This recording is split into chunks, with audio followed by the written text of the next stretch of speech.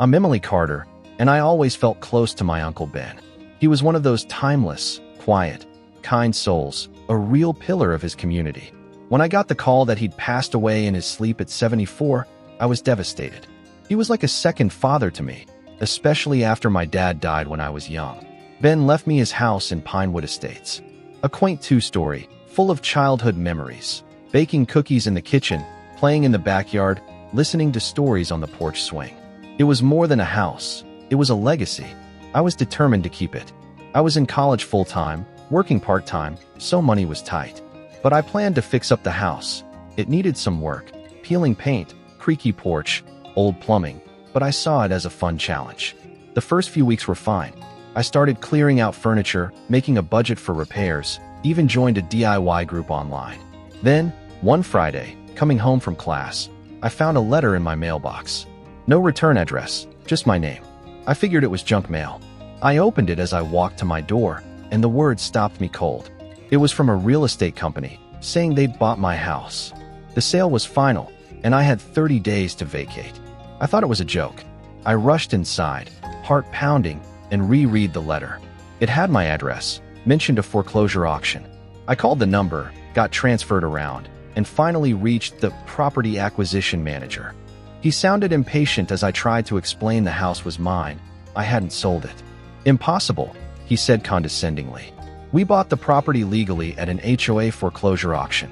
Talk to the HOA. HOA? I asked, confused. What HOA? My grandmother's house wasn't part of any HOA. He sighed. Not my problem. Resolve it with them. As far as we're concerned, the property is ours. Hire a lawyer. Click. I was furious. I grabbed my laptop and started researching HOAs and foreclosures. HOAs could foreclose for unpaid dues, but my grandmother was never part of one. She told me she opted out years ago. Desperate, I decided to contact the county recorder's office.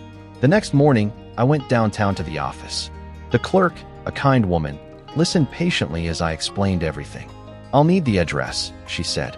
She looked it up and frowned. The title was transferred to an investment group last month. There's a lien from the HOA that led to the foreclosure. My stomach dropped, but I didn't know about any lien. I didn't even know there was an HOA. She shook her head. I can print the foreclosure documents, but you'll need to talk to the HOA. She printed the papers, and I left, even more confused.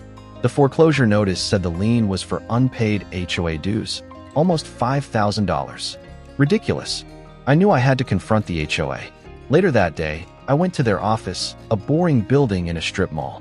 The receptionist barely looked up as I explained my problem. I need to speak to someone about my property, I said, trying to stay calm. It was sold, and I don't understand why. She sighed, irritated. Do you have an appointment? No, but this is urgent. She rolled her eyes and went to the back, returning with a man in a suit. I'm Richard Carter, the HOA president, he said. He led me to a small conference room. Miss Carter, how can I help you? I explained everything. He listened, making notes, then said, I'm sorry for the confusion, but your property is under our jurisdiction. When your grandmother passed, responsibility for the dues transferred to you. Since they weren't paid, we had to take action. My grandmother wasn't part of the HOA, I said, exasperated. She opted out years ago, and I never got any notices. He raised an eyebrow. All properties in this neighborhood are automatically part of the HOA. Opt-outs aren't allowed anymore. Our bylaws were updated 2 years ago. As for the notices, we sent them to the address on file. The address on file was my grandmother's. I said, she's dead. You knew that. Why didn't you contact me? He shrugged. It's not our responsibility to track down new owners. We followed legal procedure. The sale is final. Maybe if you'd been more proactive. Proactive? My jaw dropped. I didn't even know this was happening. He gave me a patronizing smile. If you're not satisfied, seek legal counsel. But everything we did was legal. I left feeling humiliated and furious. They'd exploited a loophole, banking on me not knowing my rights. Driving home, my mind raced. How could this happen? How could I get my house back? Richard Carter's smug face kept flashing in my mind. I reread the foreclosure documents, realizing how much trouble I was in.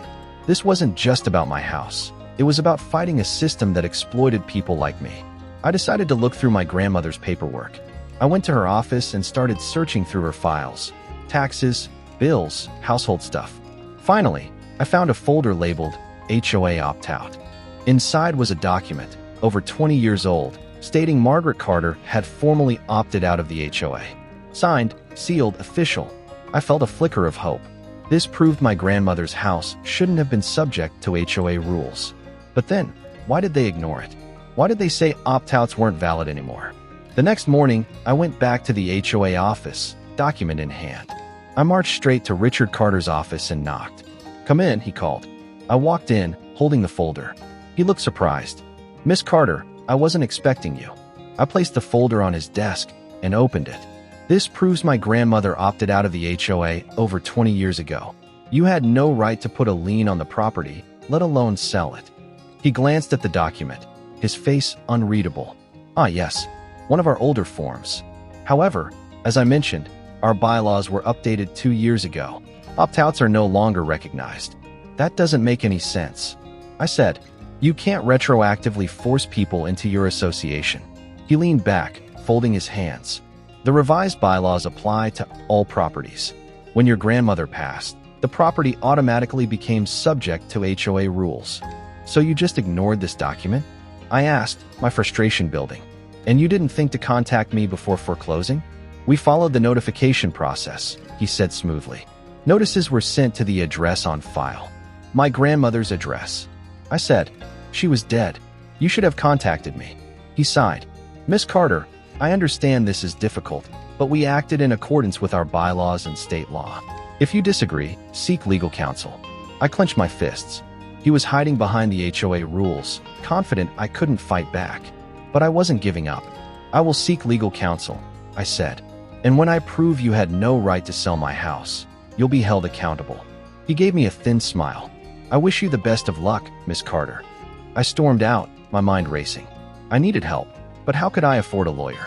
I started researching online, looking for affordable options. Just as I was about to give up, I found a local legal aid organization that offered free consultations. I called and scheduled an appointment for the following week. I spent the next few days gathering more evidence. Emails, letters, everything. I also contacted my grandmother's old neighbors, hoping they remembered the opt-out agreement. The Johnsons, an elderly couple, remembered her well. "Margaret was so proud of opting out of that HOA nonsense," Mrs. Johnson said. She used to say, "I don't need anyone telling me what color to paint my house." I smiled at the memory, then asked, "Do you remember if anyone else opted out?" "Oh yes," she said. "A few of us at first. But the HOA pressured most people into joining. I don't know if anyone else held out as long as Margaret." I thanked them and added their statements to my evidence file. By the time my legal aid appointment arrived, I was nervous but prepared. I knew this fight was far from over. I was up against a powerful organization. But I wouldn't back down. This wasn't just about my house. It was about justice. My heart pounded as I sat in the waiting area. It had been a long, stressful week. I clutched my folder of documents, rehearsing my story, determined to explain everything clearly. A woman with kind eyes introduced herself as Amber Grant, a property lawyer. She led me into her office. "All right, Emily," she said, "tell me everything." I told her the whole story.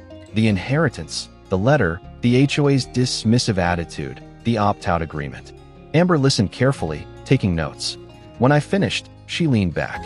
"Unfortunately, cases like this are more common than you'd think. HOAs can be aggressive, targeting vulnerable homeowners.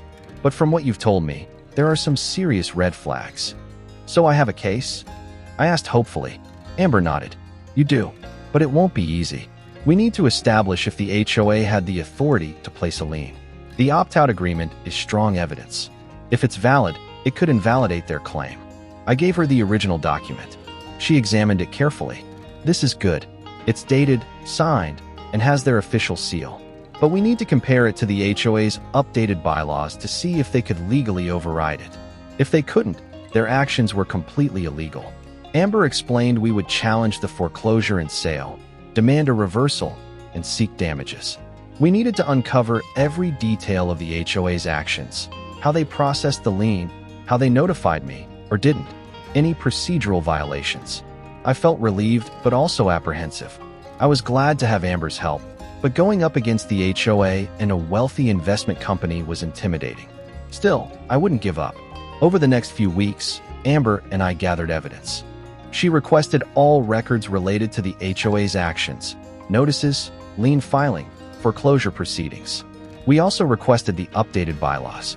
I searched my grandmother's files and found years of correspondence with the HOA, including letters where she reasserted her opt-out status. One letter, just 2 years before her death, was a point-blank refusal to join, despite their repeated attempts. These letters show the HOA's persistence, Amber said. They knew she wasn't a member, which makes their actions even more suspicious. Amber also found problems with the foreclosure process. The HOA had rushed it through, much faster than usual. The notices they supposedly sent had discrepancies. The foreclosure notice had a wrong address, which explained why I'd never received it. This is a clear violation, Amber said. They have to notify the owner properly. This could invalidate the foreclosure. As we built our case, I felt more and more empowered. I finally felt like I had a chance. But there were still challenges. The biggest was the real estate company. Amber sent them a letter, informing them of the legal challenge and demanding they halt any plans to take possession. Their lawyer responded quickly, accusing me of delaying tactics and insisting the sale was final. Your client's failure to meet her financial obligations isn't our concern, the letter stated. We purchased this property in good faith. They're trying to scare you, Amber told me. But they know if the foreclosure is invalid, the sale is void. Their good faith argument won't hold up. But the investors made things more complicated. They'd already started renovating. I came home one day to find contractors measuring my yard for landscaping. They're acting like they own the place. I told Amber, "How can they do that? They shouldn't be," Amber said. "We'll include this in our challenge. For now, document everything."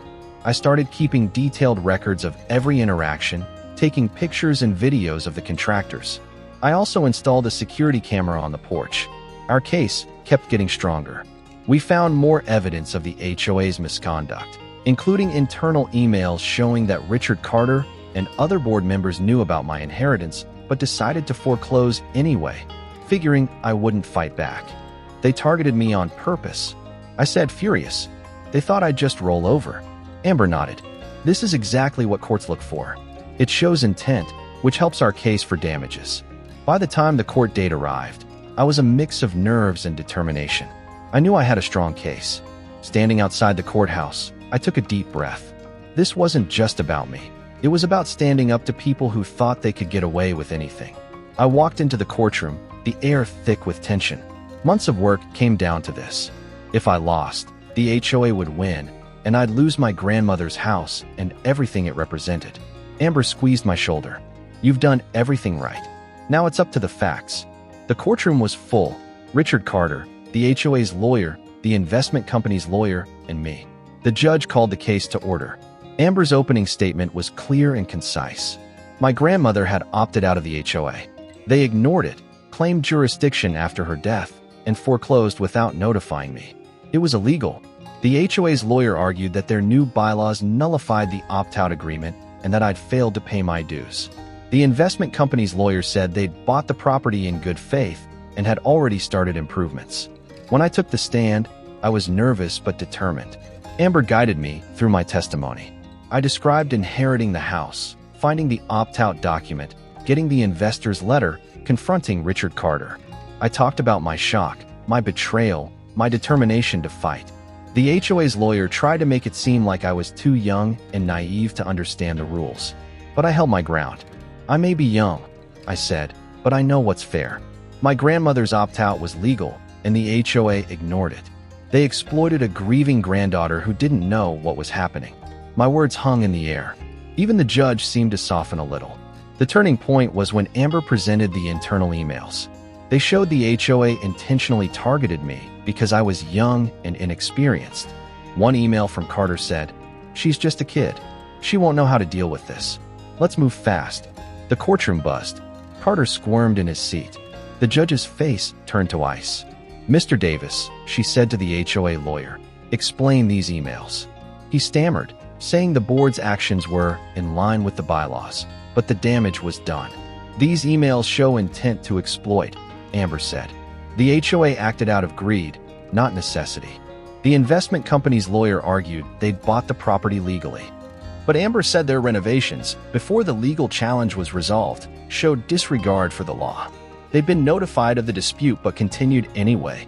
Good faith purchases don't excuse liability when the sale itself is invalid, the judge said. If the foreclosure is unlawful, the sale is void. After hours of arguments, the judge called a recess. No matter what happens, Amber whispered, you've done everything you could. When the judge returned, the room was silent. The opt-out agreement signed by Margaret Carter is valid, she declared. The HOA's bylaws cannot retroactively apply. Furthermore, the HOA violated procedural rules by not notifying Miss Carter. The foreclosure and sale are invalid. The title is restored to Miss Emily Carter. I gasped. The courtroom buzzed, but I barely heard it. My house was mine again. The judge continued. The HOA had to pay me damages, and the real estate company had to stop renovations and vacate the property. The weeks that followed brought relief and closure. Richard Carter resigned. The HOA faced more legal scrutiny because my story encouraged others to come forward. I stood on my porch one autumn morning, watching the real estate company's truck drive away for the last time. My house was mine. I felt incredibly grateful, not just for the win, but for everyone who'd supported me. Amber visited later, bringing a housewarming plant. This is just the beginning, she said. You've shown a lot of courage, Emily. I smiled, feeling a new sense of purpose. I couldn't let them get away with it. Maybe now they'll think twice before doing this to someone else. Walking through the house, I thought of my grandmother and our memories there.